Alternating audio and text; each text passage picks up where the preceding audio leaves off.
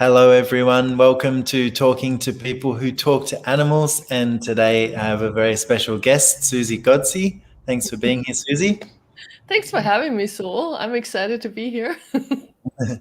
So I have a bit of a, I guess, like a first question that I have been asking some of the guests, and it's, do you have a memory of your first interaction with an animal and what was it like? That's a great question. And I have to admit that it wasn't like that for me. I just thought that I was making these things up.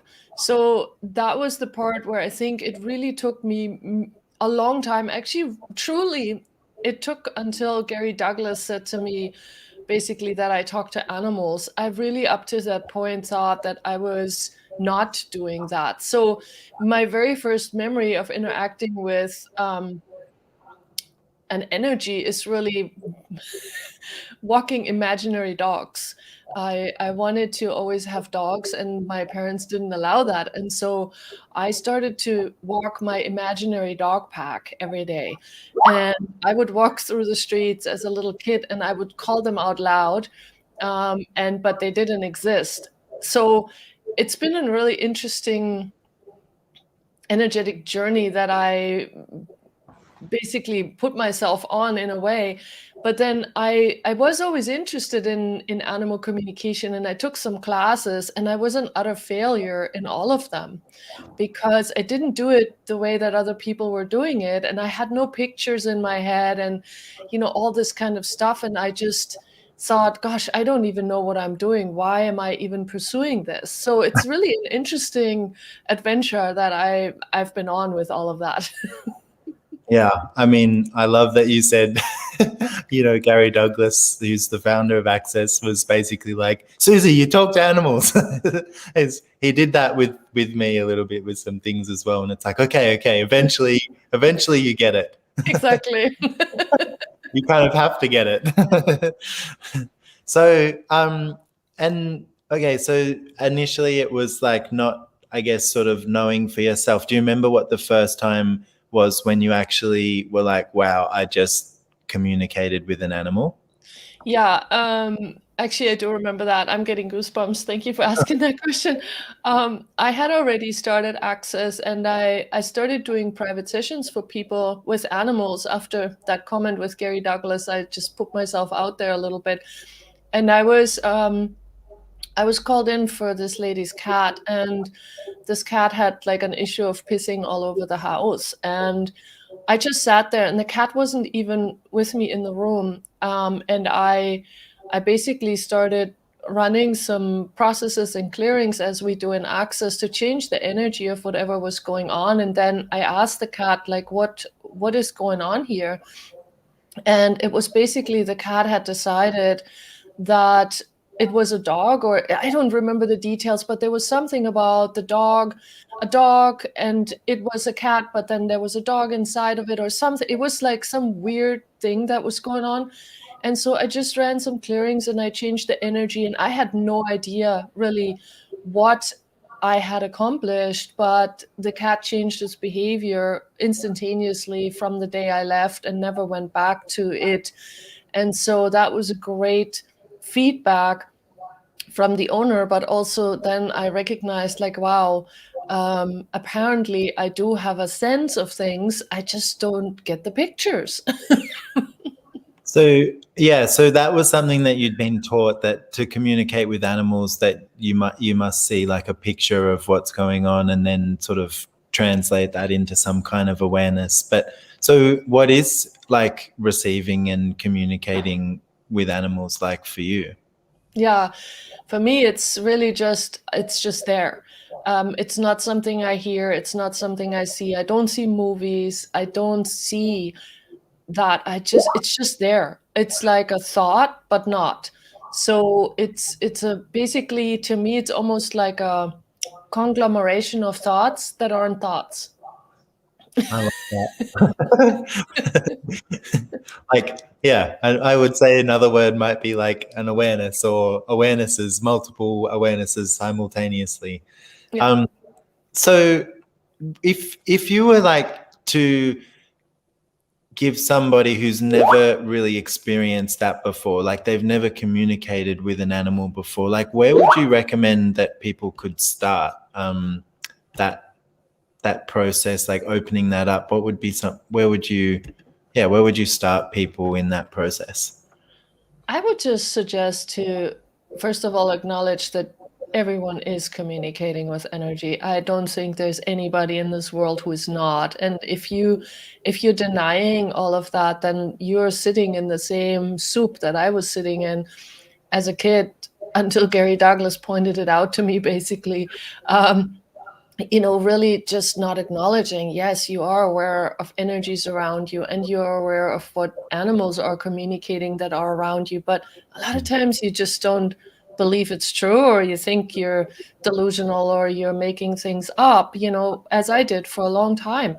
And so what I would suggest is just get present in the moment and just take a breath. Because a lot of times also we kind of push these awarenesses aside and we're like, yeah, whatever, and just keep going instead of really being there with it. And, to be there with it, you have to kind of stop yourself sometimes and just allow yourself to receive the energy and stop doubting yourself in that moment and just create a space where you can be. And I know this all sounds a little airy-fairy, but you can literally just maybe even sit down and just have a moment where you feel your feet on the floor, feel your butt on the seat, put your hands on your thighs, for example, and then really recognize that you're perceiving all three things at the same time. So just be present with that for a moment, with the three things in your body, and just be there for like 10 seconds even. And then allow yourself to just go, okay, so what did this animal just communicate with me? And then whatever comes, just allow that to be, and allow, even if it seems insane, allow it just to be there and be present with it. And as you do this, more and more information will come to you faster and in more elaborate ways. And in the beginning, it might just really be, you could ask an animal a question, a yes/no question, and make it real easy. What did you get? Yes or no? So start really truly with the acknowledgement that you can do it. Please don't go into like, I have to learn this. No, you already are doing it. It's just you haven't been practicing. So I love that. And, since coming across the tools of Talk to the Animals and obviously doing some classes with you and starting to use them in a different way, like the other day I was walking my dogs and someone was there was a German Shepherd and it was up in a house on a veranda and it was barking, and I was like, I just put my attention on it, and as soon as I put my attention on it, I got that like he wanted to come and walk with us. So I was like, well, I can't take you, but I can bring you along, energetically for the adventure. And straight away stopped barking and just lay down on the veranda. And it was, just like you're saying, it's like, it doesn't have to be difficult. It's like, it's really easy. And sometimes it is just that, tapping into the animal's world and sort of communicating, asking a question. And that stuff has started to show up more and more now that I've been, using these tools, which is, it's been really fun.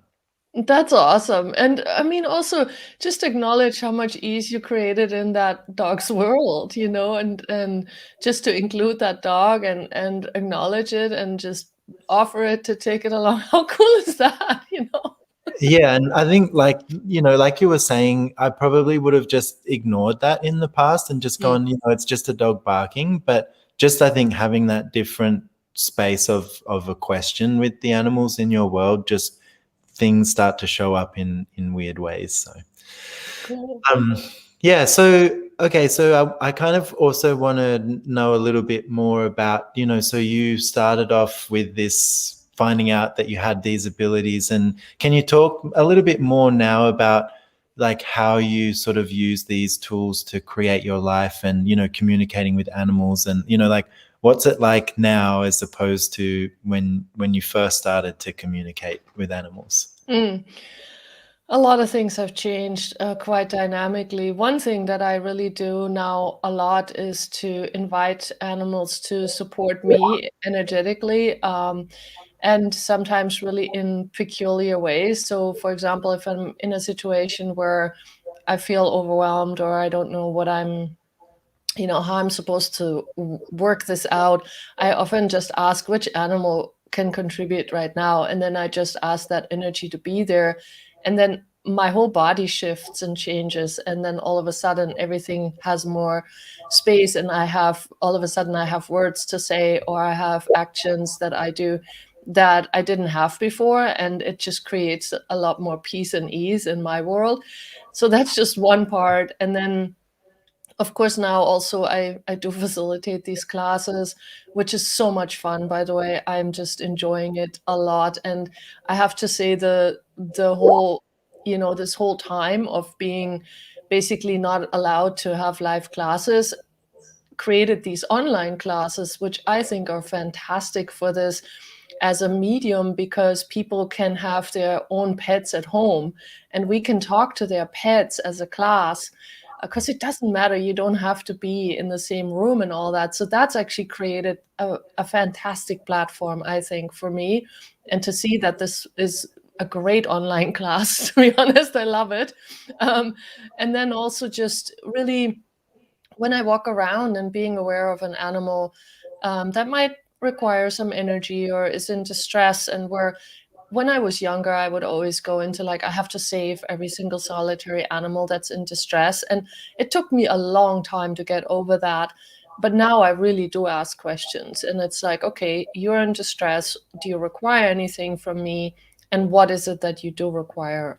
And I'm no longer afraid to say, this animal desires to die, and basically not make that wrong, but really just a choice. Or this animal is in distress and it does require my help, or it doesn't, and really being aware of those moments too. And that can happen with really anything that you walk by, whether that's a domesticated animal or a wild animal. And it's so much fun to be able to have tools to contribute, and just like you said with that dog, I mean, that's fantastic. I think those things are just so much fun and amazing. So Yeah. And because one of the things that you were talking about was like how when you do classes, there's everyone at home with their animals. And I remember on some of the classes that you were facilitating, you had 3 dogs in the car and a cat, and everyone was like getting along, and if they weren't, it was like dealt with very quickly and easily. And so it is actually really amazing to see some of the different, like the tools in action, I guess, and start to use them with people. And I know through the classes that we did, you also saw people just gain a whole lot more confidence in their ability to do it and be it. And yeah, so do you want to let people know a little bit about like what classes you offer and where they can find you and everything? well, Sul, what classes do you offer? I'm sorry, I just had to throw that in there, because Sul, you're about to become a Talk to the Animals facilitator. You're so close. So, Yes. please, guys, look up Sul, and it's so much fun. There is a few of us around the world now that are facilitating these classes, and if you actually go to the Access website and find under the specialties, you find the Talk to the Animals is one of the specialties of Access Consciousness. And a lot of the classes that are up and coming are listed there. So depending where you are in the world and who pulls your energy, just look it up. I, of course, also have my own website. It is suzygodsey.com if you want to play there. But in general, I'm so excited for our possibilities with all the facilitators around the world now. And, and people really having the choice to also see what energy is a contribution to your life and what creates really for you that sense of more, So, yeah, Yeah. I'm excited. Cool. And I know we did the last, facilitator training, and there was a special bit where we got to have a look around a a wildlife safari in South Africa, and it was really amazing. So as well, if you're thinking about becoming a facilitator of this specialty, I highly recommend it. It's a lot of fun. Yeah. Thank you so much, Suzy, for being here and, having Thank you, Saul. I will, look forward to talking more with you in the future. And thanks everyone for watching. This is it. This is the last live of the series. So it's been really great fun. And thanks everyone for watching and being part of it. All right. Thanks for having me, Saul. Bye, everyone.